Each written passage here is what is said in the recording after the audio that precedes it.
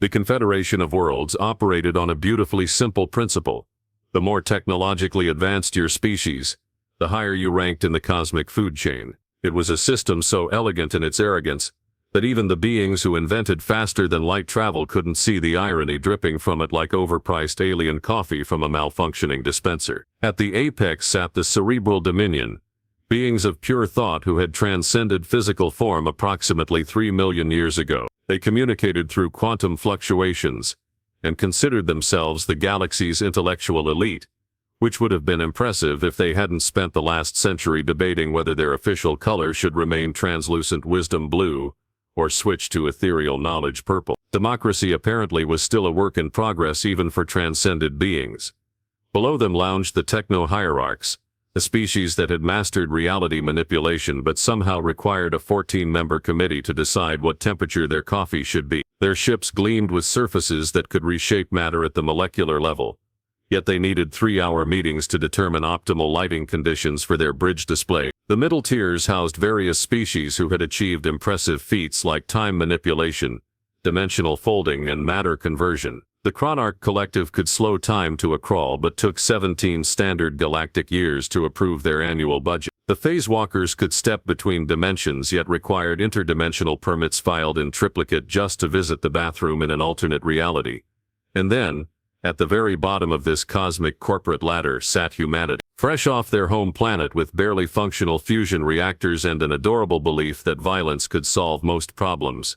Humans had stumbled into galactic society with all the grace of a drunken asteroid hitting a space station. The Confederation, in a display of what they considered boundless generosity, had graciously allowed humanity to join their ranks. In the janitorial department, the official designation read Custodial and Nutritional Support Division, which sounded almost dignified until you realized it meant humans got to mop floors and serve lunch to beings who could rearrange atomic structures for fun. It was, the Confederation declared, a tremendous honor. Humans should be grateful for the opportunity to learn from their betters while contributing their primitive yet enthusiastic labor to the greater galactic good. On the mid-tier vessel Philosophical Enlightenment, a ship whose name alone required a permit to pronounce, our protagonist navigated the gleaming corridors with a waste management cart that hummed contentedly as it sucked up debris. At 23, she represented humanity's finest contribution to interstellar civilization.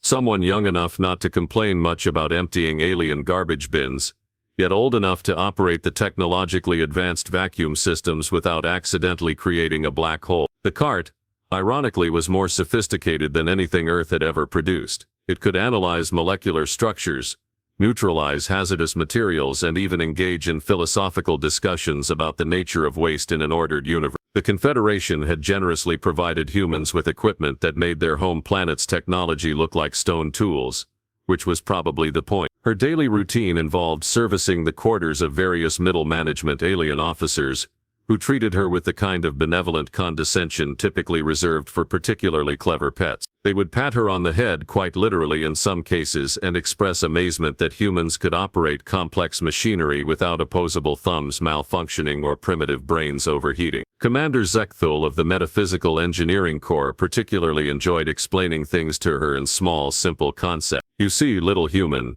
he would say while she emptied his waste receptacle, the quantum flux inhibitors require precise calibration to maintain dimensional stability. Very complicated, much too advanced for human understanding, but perhaps someday your species will evolve sufficiently to grasp such concept. She would nod politely while noting that his quantum flux inhibitor was flashing red and making unhappy beeping sounds, clearly indicating it needed basic maintenance that any human mechanic could perform in about 30 seconds. But pointing this out would violate the Confederation's carefully constructed social hierarchy, and humans were contractually obligated to maintain their position as the galaxy's most enthusiastic underachievers. The truly remarkable thing about the Confederation's advanced species was their ability to turn simple decisions into elaborate philosophical crises. Adjusting the temperature by 2 degrees demanded consultation with the Committee for Environmental Harmony. Choosing lunch menus involved detailed analysis of nutritional philosophy and its implications for cosmic balance. Meanwhile, humans simply fixed things, cleaned up messes, and kept the galaxy's most sophisticated civilizations from tripping over their own intellectual superiority. It was, The protagonist mused while watching three techno-hierarchs spend 45 minutes debating the optimal angle for their conference table, probably the most important job in the universe. The irony was delicious, even if nobody else seemed to taste. Part 2: The Crisis That Changes Everything. The first sign that something had gone catastrophically wrong with the universe came when the cerebral dominion actually agreed on something in under 6 hours. Their translucent wisdom blue forms flickered with what could generously be called panic, as quantum messages flooded through their transcended consciousness. The content was simple enough that even humans could understand it. Run. The Devourers had returned. For a species that prided itself on having evolved beyond physical limitations, the cerebral dominion displayed a remarkably primitive response to existential threats, namely, they screamed. Well, they transmitted high-frequency psychic wails that translated roughly to screaming, but the effect was the same. 3 million years of intellectual evolution, and their first instinct was still the galactic equivalent of "oh." The emergency session of the Confederation Council convened with unprecedented speed, taking only 18 hours to achieve a quorum instead of the usual 3 weeks. Representatives from every major species materialized, teleported or phase-shifted into the Great Assembly Chamber, their various forms of advanced locomotion creating a light show that would have been impressive if it weren't accompanied by the sound of cosmic-level panic. The Devourers, for those fortunate enough to have never encountered them in historical records, were the galaxy's ultimate nightmare scenario. They had appeared roughly 50,000 years ago from the void between galaxies, consumed 17 entire star systems, and then vanished as mysteriously as they had arrived. No one knew where they came from, what they wanted, or why they had left. The only thing anyone knew for certain was that when they showed up, civilizations disappeared.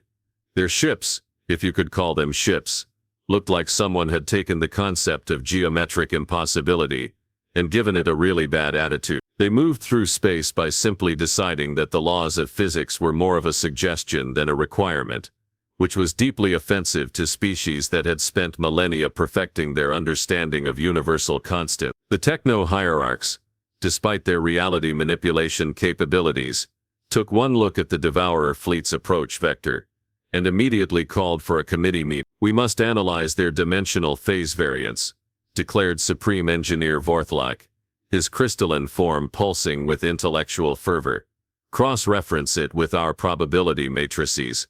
Schedule focus groups to determine optimal response protocol." "The optimal response protocol," muttered Commander Zekthul, "might be to not get eaten." But even this simple observation required a subcommittee to verify its tactical relevance. The phase walkers offered to scout the enemy fleet by stepping between dimensions, then spent the next 6 hours filing the necessary interdimensional travel permit. The Chronarch Collective suggested slowing time around the approaching ships, but their request for temporal manipulation authorization was still stuck in the approval process they had started 3 years ago. Meanwhile, the protagonist continued her assigned duties, emptying waste receptacles and serving nutrition paste to increasingly agitated alien officers. She couldn't help but notice that panic apparently made even the most advanced beings forget basic hygiene. The techno-hierarchs were shedding metallic flakes everywhere. The phase walkers kept accidentally shifting through their chairs, and the metaphysical engineers had somehow managed to make their quarters smell like existential dread. As she worked, she listened to the constant stream of emergency communications flooding through the ship's systems. The reports were all variations on the same theme. The Confederation's most sophisticated military strategies were failing spectacularly. Their weapons required extensive charging periods and committee approval for targeting solutions. Their defensive systems needed philosophical justification for engagement protocols. Their evacuation procedures were still pending review by the Committee for Orderly Retreat Methodology. "Perhaps," she suggested quietly while emptying Commander Zekthul's wastebasket, "someone could just shoot at them." The commander paused in his frantic calculation of defensive probability matrices, and stared at her. "Shoot? You mean direct kinetic engagement, without comprehensive threat assessment protocols? Well, they're trying to destroy everything. Shooting them seems like a reasonable response." Commander Zekthul looked genuinely horrified. "But what about the environmental impact assessment, the cultural sensitivity review, the philosophical implications study? We cannot simply shoot." without proper bureaucratic justification. The protagonist shrugged and continued her work, noting that while the commander debated the ethics of self-defense, the Devourer fleet had consumed 3 more star systems. Sometimes the most advanced solution was the simplest one. But try explaining that to beings who needed a permit to sneeze. 3 days into the crisis, as the Confederation continued to hold emergency meetings about scheduling more emergency meetings, a single desperate alien captain made a decision that would change everything. Captain Melector of the science vessel Infinite Contemplation, watching his home system prepare for evacuation via a 97-step bureaucratic process, decided that maybe, just maybe, the human cleaning his ship might have a point. It was, in the grand scheme of galactic civilization, a moment of either brilliant inspiration or complete insanity. Probably both. Part 3. Alien Overthinking. Captain Melector's decision to consult a human about military strategy violated approximately 14 different Confederation protocols, 6 cultural sensitivity guidelines, and 1 particularly stern memo about maintaining proper species hierarchy during crisis situations. Fortunately for the galaxy, he was beyond caring about paperwork when his homeworld had roughly 36 hours before becoming cosmic lunch. "Human," he announced, finding the protagonist restocking cleaning supplies in Storage Bay 7. "You mentioned shooting. Explain this concept." She looked up from her inventory of antimicrobial wipes, noting the captain's 3 eye stalks were twitching with what appeared to be desperate hope mixed with intellectual shame. "You want me to explain shooting? The thing where you point weapons at enemies and fire?" "Yes, but strategically, with proper tactical consideration." He paused, his translator struggling with the concept. Without committees, the protagonist set down her supply scanner and considered this request. Here was a being whose species had mastered quantum mechanics before humans discovered fire, asking her to explain the military application of pointing and clicking. The irony was so thick you could spread it on toast. "Well," she began, "first you identify the target. That would be the big scary ships eating planets. Then you calculate the optimal firing solution based on their movement patterns, which appear to be straight ahead while consuming everything. Then you shoot them until they stop doing that." Captain Melector's eye stalks quivered. "But what about threat assessment matrices? Probability calculations for collateral dimensional damage, the ethical implications of aggressive action against unknown entities. They're eating inhabited planets," she pointed out. "I think we've established they're not here for diplomatic negotiations." This simple observation seemed to short-circuit something in the captain's highly evolved brain. For a species that could manipulate matter at the subatomic level, the concept of making decisions based on obvious evidence was apparently revolutionary. Within 6 hours, Captain Melector had implemented the protagonist's suggestions on a small scale. Instead of charging their weapons through the standard 47-step authentication process, they simply powered up and fired at the nearest Devourer scout ship. The result was immediate and devastatingly effective. The scout ship exploded in a satisfying display of cosmic fireworks. The success created ripples throughout the Confederation fleet. Word spread through encrypted channels about the waste management tactical advisor, whose primitive strategies were actually working. Alien officers began discreetly consulting her while publicly maintaining their intellectual superiority. Commander Zekthul arrived at her quarters at 0300 ship time, looking around nervously before entering. "Hypothetically," he whispered, "if one were to engage multiple targets simultaneously without proper committee oversight, what would your species recommend?" "Hypothetically," she replied, "you'd want to focus fire on their command ships first. Take out their coordination, and the smaller vessels become easier targets. Also, stop broadcasting your attack plans on open channels. They can probably hear you." The commander's metallic face shifted through several colors of embarrassment. "We broadcast tactical communications to ensure proper transparency in military operations. To the enemy, to all concerned parties, including neutral observers, documentation specialists, and..." He trailed off as the implications hit him. The protagonist's guerrilla tactics spread through the fleet, like a virus of common sense. Stop announcing your intentions. Hit them where it hurts. Use their own momentum against them. Don't wait for permission when planets are being devoured. The concepts were so fundamentally simple that the galaxy's most advanced minds struggled to comprehend their effectiveness. The phasewalkers discovered that stepping between dimensions was far more useful for surprise attacks than for filing interdimensional travel permits. The Chronarch Collective learned that slowing time around enemy weapons was more practical than slowing time around their own decision-making process. Even the Cerebral Dominion found that their transcended consciousness could predict enemy movements quite effectively when they stopped debating the philosophical implications of prediction itself. The turning point came when the protagonist suggested something truly radical: fighting dirt. While the Confederation had always prided itself on honorable combat according to the 47 volumes of the Galactic Warfare Ethics Codex, humans had a different approach. If the enemy expected sophisticated tactics, give them chaos. If they anticipated technological superiority, use psychological warfare. "You want us to lie to them?" asked Captain Malektor, his translator adding several layers of moral uncertainty to the question. "I want you to confuse them," she corrected. "Make them think you're retreating when you're flanking. Pretend to be damaged when you're setting a trap.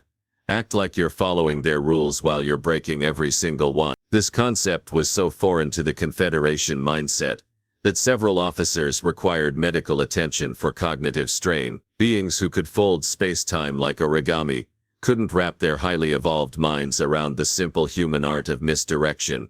But it worked. The Devourer fleet, accustomed to facing predictable, rule-following civilizations, found themselves completely wrong-footed by an enemy that seemed to operate on pure chaos. Their ancient tactics, honed over millions of years of consuming orderly galaxies, crumbled in the face of humans teaching aliens how to be sneaky. Within 2 weeks, what the Confederation had designated as the Great Extinction Event had become "that time the humans taught us how to fight dirt." The Devourer fleet, faced with opponents who refused to follow any comprehensible strategy, began making their own tactical errors. They retreated to regroup, attempting to analyze an enemy whose greatest strength was being completely unpredictable. The protagonist watched the victory reports flood in, while restocking bathroom supplies on Deck 12. Somehow, teaching the galaxy's most sophisticated beings how to point and shoot had turned the tide of an apocalyptic war. The irony was almost too perfect to believe.